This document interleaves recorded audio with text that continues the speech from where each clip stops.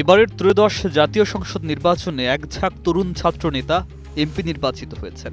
ছাত্র থাকা অবস্থায় জীবনের নানা অর্থনৈতিক টানাপোড়েনে কেটেছে তাদের দিন, কখনো আন্দোলনের মাঠে, কখনো অনিশ্চিত ভবিষ্যতের ভেতরে। কিন্তু এবার সময় বদলে গেছে। তারা এখন সংসদ সদস্য। রাষ্ট্রের নীতি নির্ধারণীতে তারা রাখবেন গুরুত্বপূর্ণ ভূমিকা।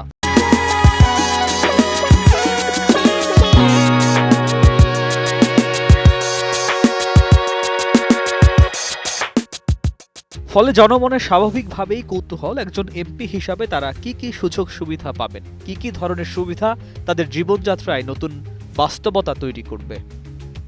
বাংলাদেশের আইন অনুযায়ী একজন সংসদ সদস্য নির্ধারিত বেতন ভাতা পান। মাসিক বেতন ৫৫,০০০ টাকা, এর সঙ্গে নির্বাচনী এলাকার ভাতা ১২,৫০০ টাকা, সম্মানী ভাতা ৫,০০০ টাকা, মাসিক পরিবহন ভাতা ৭০,০০০ টাকা, নির্বাচনী এলাকায় অফিস খরচের জন্য ১৫,০০০ টাকা, লন্ড্রি ভাতা ১,৫০০ টাকা, ক্রোকারিজ ও টয়লেট্রিজ কেনার জন্য ৬,০০০ টাকা এবং বাসায় টেলিফোন ভাতা বাবদ প্রতি মাসে ৭,৮০০ টাকা দেয়া হয়। পাশাপাশি দেশের অভ্যন্তরে বার্ষিক ভ্রমণ খরচ বাবদ ১,২০,০০০ টাকার সুবিধাও থাকে।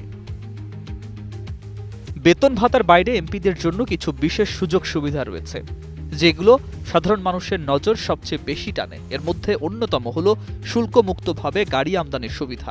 এছাড়া সংসদ ভবন এলাকায় এমপিদের জন্য হোস্টেল সুবিধা আছে।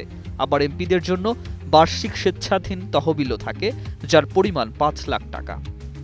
এসব সুবিধা মিলিয়ে একজন এমপি শুধু ব্যক্তিগতভাবে নয়, রাষ্ট্রীয় কাঠামোর ভেতরেও বিশেষ মর্যাদার জায়গায় উঠে যান। তবে এমপি হওয়ার সবচেয়ে বড় সুবিধা অনেক সময় টাকা নয়, ক্ষমতা। সংবিধান অনুযায়ী সংসদ সদস্যের মূল দায়িত্ব আইন প্রণয়ন ও জাতীয় নীতিতে ভূমিকা রাখা।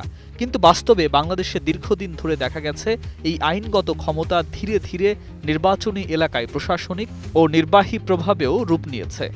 ফলে স্থানীয় প্রশাসন, উন্নয়ন কার্যক্রম, এমনকি আইনশৃঙ্খলা পরিস্থিতিতেও এমপিদের মতামত গুরুত্বপূর্ণ হয়ে ওঠে। এমন অভিযোগ ও আলোচনা অতীতে বহুবার উঠে এসেছে। স্থানীয় পর্যায়ে সরকারি সুবিধা বন্টনের ক্ষেত্রেও এমপিদের বড় ভূমিকা থাকে বলে মনে করা হয়।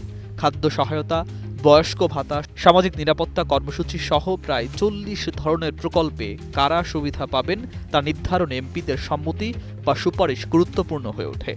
শিক্ষা, স্বাস্থ্য প্রতিষ্ঠান, উন্নয়ন প্রকল্প, এমনকি চাকরির নিয়োগ প্রক্রিয়া এমপিদের প্রভাব বিস্তারের অভিযোগও অতীতে নানা সময় এসেছে। ফলে এমপি পদটি বাংলাদেশে কেবল জনপ্রতিনিধি নয়, অনেক সময় নির্বাচনী এলাকার ক্ষমতার কেন্দ্রবিন্দু হিসাবেও বিবেচিত হয়।